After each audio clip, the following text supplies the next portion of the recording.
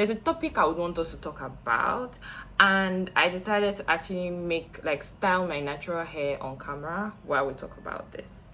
I don't know how the video is going to go. Give me feedback if you like this type of chit chatty videos where we do some natural hairstyles. I actually would like to introduce like a segment to the channel where we do different natural hairstyles together, because I know there are a lot of us that are rocking natural hair, different lengths, short to medium like mine, or longer.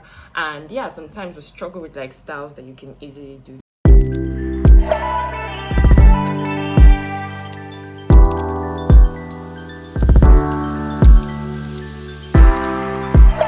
So yeah, there's been this topic that's been trending online.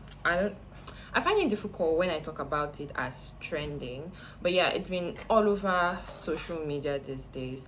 Sorry, I haven't combed my hair. I literally just brought out cornrows that I made to sleep in it. I won't be showing all the products I'm using actually, because it's not sponsored, but this particular one I've been using it for my baby, and it's the Anjaki's Kids Baby Curls. And because my conditioner has finished, I normally use like Mango Growth conditioner, so I'm stealing out of hers today. Yeah, sorry babes, I'm using yours.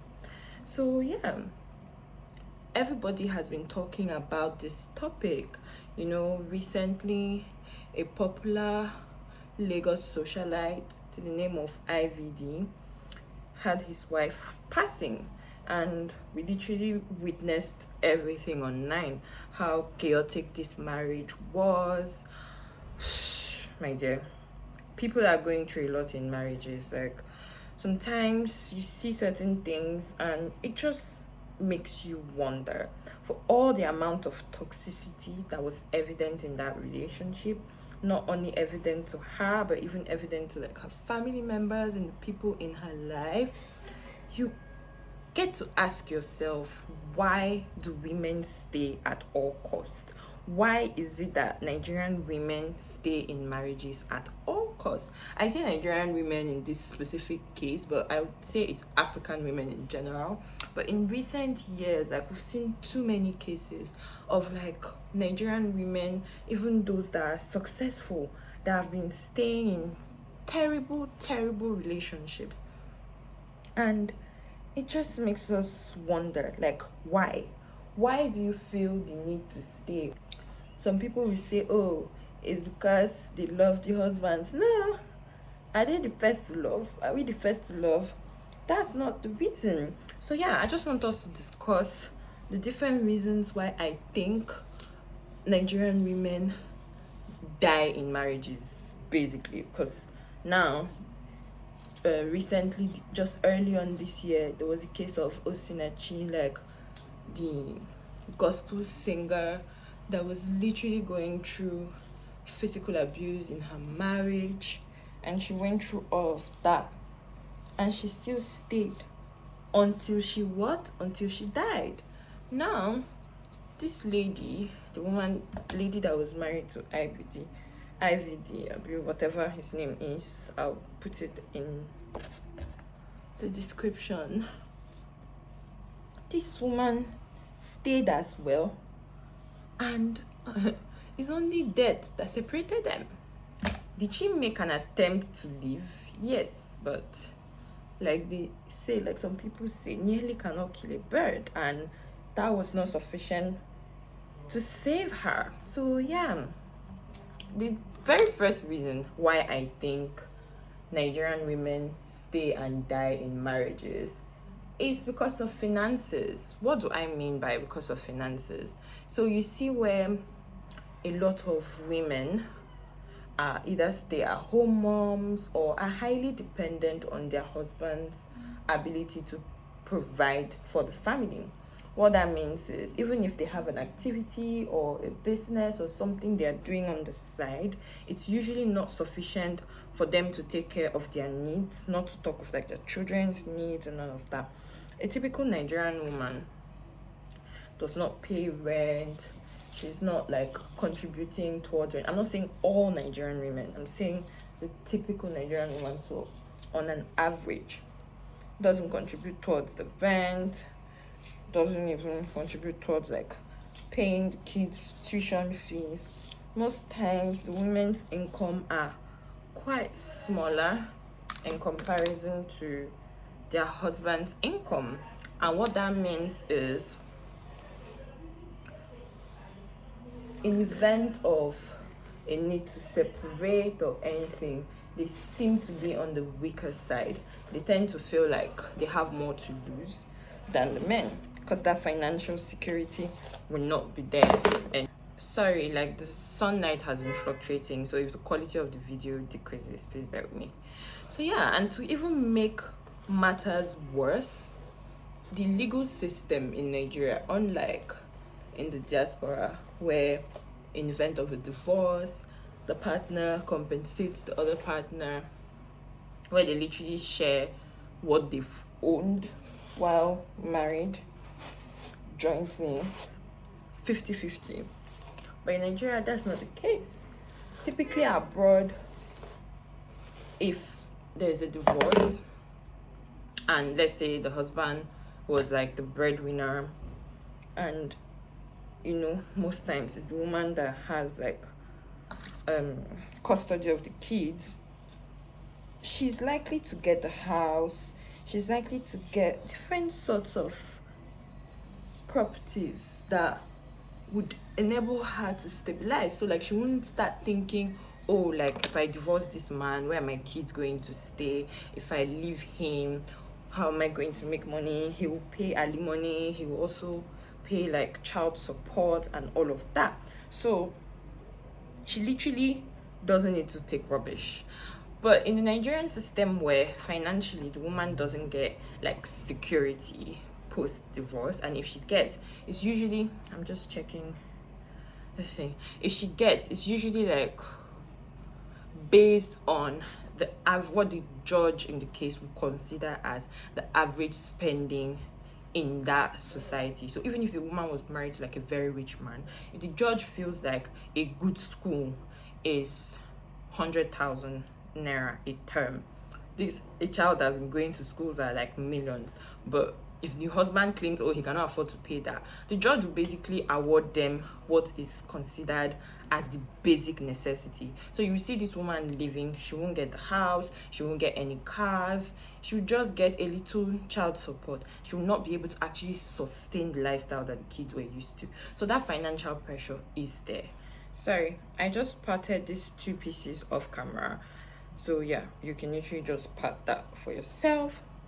Yeah, so like I was saying, that I think it's important to start talking about this amongst ourselves, amongst like with our sisters and friends, and tell ourselves the truth. Like encourage young ladies that are trying to get married. Tell them they have to have something doing. I'm going to use a gel. It's just a basic hair gel, so any gel that you have would work. So yeah, you need to tell them on the importance of financial independence. Like they must have a means to provide for themselves financially, whether it's a job, whether it's a business, but they must have something doing that. If for any reason they need to, like, they suffer anything in that marriage. So yeah, I'll literally just coat the gel on the hair. So if for any reason they suffer anything in that marriage, they don't need to think twice to leave. Like have something doing in a way that if they leave there, they have something to fall back on. It's not worth it. Like staying in an abusive situation because you cannot afford to stay alone. Like in case you know somebody that is already in an abusive situation, that's not when you start advising the person to go and get a job or to get an activity. Please, the person should just leave, because staying because of money at the risk of losing your life, you don't gain anything. It's better you're out of there with your life. Pick your pieces back. Like some people lose their jobs, it has nothing to do with divorce. Like some people had really good jobs and they literally lose everything and they have to start afresh again. So will you say that, oh, you will die in that situation? No. Like you don't die because you lost a job, so why should you need to die because you're going to live a marriage? Another reason is the fact that women hide under the illusion or deception of so women basically deceive themselves by saying, oh, they are staying because of their kids. Okay, what exactly are you staying that will benefit your kids? Is it the fact that they are going to see their father continuously maltreat you, either beat you, or emotional trauma and all of that? Is it the fact that you're exposing them to toxicity? Is it the fact that they are even unhappy as well? You're keeping them in an unhappy state because you think the kids don't know. I'm sorry, but the kids know. Imagine even babies like are able to sense like their parents' emotions. Like if your parents are unhappy, like the kids know. Like literally they feel it. Not to talk of like toddlers or actual children that are aware of everything in their surrounding. They are aware. You're not staying because of the kids, you're staying because of yourself. And if truly you want to do anything for the kids, then you should actually leave so you can protect them. You can even salvage the image they have of this man, because some of these terrible men could actually be good fathers. They could still provide for their kids, they could still be caring or whatever. Let's just assume that they're actually good fathers is the reason you're considering staying. Give them an opportunity to be a good father. Remove yourself from the equation. Move out with your kids. Let them be providing for them. They can have visiting. I know that some men are also, yeah, difficult to agree with. Some men want to like take custody of the kids, take them away from you and stuff. But at least give yourself a chance to be alive to even fight for them. If let's say the man actually gets custody of your kids, you still are alive to be able to try and get a better judgment, try and like either have shared custody or whatever, but like you are alive. Then these kids are not going to be kids forever. They will grow to become adults and they still need you as their mom to be a part of their life. Either the boys or the girls, for different reasons, they are going to need you as adults. So it's still better for you to be alive, even if at the stage where they are growing up you end up not like being the one taking care of them every single day, and maybe they see you only on holidays or weekends. With time, all these things, it reduces like that initial anger that man is keeping them away from the mom for some time. I say this and I know it's very difficult, but you have to be alive to be of use to them is the whole point of this video. You must be alive to be of any use to them. Yeah, so we really need to do better. The other reason is public opinion. I think this is even the major reason why women die in marriages. The fear of what would people say. What I'm doing, I'm just using my hand to pat the back because my hair is really, really thick, like really, really thick. If I just put the gel on one layer, it won't really slap it down the way I want it to be. I want it to be really slicked. So I'll pat the back, coat it in gel, comb it, and then do the next layer. So yeah, like I was saying, this is actually the major reason, in my opinion, why women stay in marriages, because they have the fear of this public opinion or what would people say. There's this whole stigma about divorcees and divorced women, and even worse of like single women, like because after she's divorced she'll become a single mom. Single mothers, she'll become a single mom, and like how the society perceives them. And yeah, just that general impression. The worst off is even when like the family members themselves give you horrible advice. You see some mothers telling their daughters that, oh, he will change. Like what do you mean he will change? Yeah, he should change for himself. He doesn't have to change under me. Like I don't have to be there for him to change. Take yourself out of that equation. Like actually leave. Like don't just say I will leave, like truly leave and go. And if for any reason at all it truly changes, which I don't believe that a man that beats his wife can change, but if he truly changes over the years, like after some time of proper separation, maybe you have real terms to discuss on coming back together at that point. But don't stay there and be telling yourself, oh, I'm praying for him, he will change, he will become better at this, he will become better at that. He won't. Just save yourself the stress and leave that situation. A lot of women find their value in being married rather than in themselves. You see women suddenly, like once they get married, they start feeling like, oh, they have this massive achievement, they are suddenly better off because they are married, and because of that value they put, like they attach to themselves based off being married, they are not willing to lose it. Like they want to be a Mrs. We live in a society where if you're not married, people look at you, look like, especially if you've reached marriage age, like marital age, like if you're in your 20s upward, like once you're not married, people have a different perception of you. You literally see even like parents like putting pressure on their daughters to get married at a certain age. You see how you go into certain places and you're suddenly better received, like, yeah, this is what it looks like. You're suddenly better received because, yeah, you have a ring on your finger, you're a Mrs. So yeah, all those things make it that, because women have now put like this huge value on themselves based off the fact that they're a married woman, they don't see themselves being demoted, if I'll call it that, being demoted to being single again. So they are willing to stay in a horrible marriage just to continue enjoying the perks of what society perceives her to be like. So yes guys, let's talk to the women in our lives.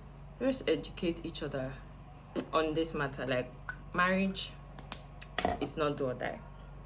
Nothing is worth your life, only God. No human being, no man, no woman is worth your life. Pick you, pick your sanity, pick your well-functional being over toxicity. So you have two options. You can actually still carry this like as is. It's actually a cute style, which I could rock. But the main reason for putting the gel is because I want to achieve the curls. So I'm opening it up now. Not just because I want to achieve the curls, I want it to hold the curls longer, because my hair, like, though it curls but it literally flaps. So because it's not dry, the curls are not as defined. But yeah, I'm literally going out to run errands, so it's not that deep. I don't need too much definitions. When I come back, I'll literally just twist it back, because I actually want to use like a similar style. I'm going out tomorrow. So yeah, this is what it looks like. Let me know, how do you think it looks? Do you prefer it like this, or do you prefer it twisted? I think I'll twist it back. Like, it's way too puffy. It's way too puffy. But if it dries up, it's a lot flatter and curly and cute. You also can wear it to the side. You don't have to wear it like, yeah, I think I may actually wear it to the side today. Yeah, that's cute. You can use a pin just to pin one here so it doesn't like blow in your face when you're out and about. But yeah, that's the basic look. So yeah, thank you so much guys for watching this video. It's a lot different from what we normally do, but I felt the need to have this conversation. So let me know, what are your thoughts on this unfortunate events that have been unfolding in the society? And yeah, let's continue the conversation in the comment section down below. Bye guys.